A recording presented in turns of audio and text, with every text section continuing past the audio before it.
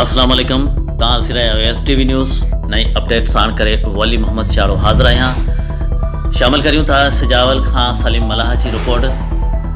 Press club सजावल आॾो मुख़्तलिफ़ ज़रियुनि पारां मसइलनि जे हल लाइ एहतिजाजी मुज़ाहिरा कया विया। इन सिलसिले में ज़रई ज़मीन ते कब्ज़े ख़िलाफ़ पीरसन रिटायर उस्ताद अब्दुल रज़ाक कोहराई एहतिजाजी मुज़ाहिरो कंदे दायो आहे त बासरनि पारां ज़मीन ते कब्ज़े बैदि हाणे मूंखे ऐं ख़ानदान जे भातियुनि खे जान खां मारण जूं धमकियूं ॾिनियूं पियूं वञनि।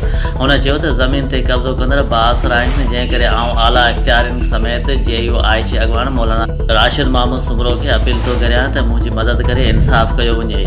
ॿिए तरफ़ प्रेस क्लब आॾो अॼु 5 ॾींहं ते बि जयाले मोहम्मद हुसैन शेख पारां PP ज़िले क़यादत पारां नौकरियुनि में नज़रअंदाज़ करण ऐं नौकरियूं न ॾियण ख़िलाफ़ अलामती बुख हड़ताल जारी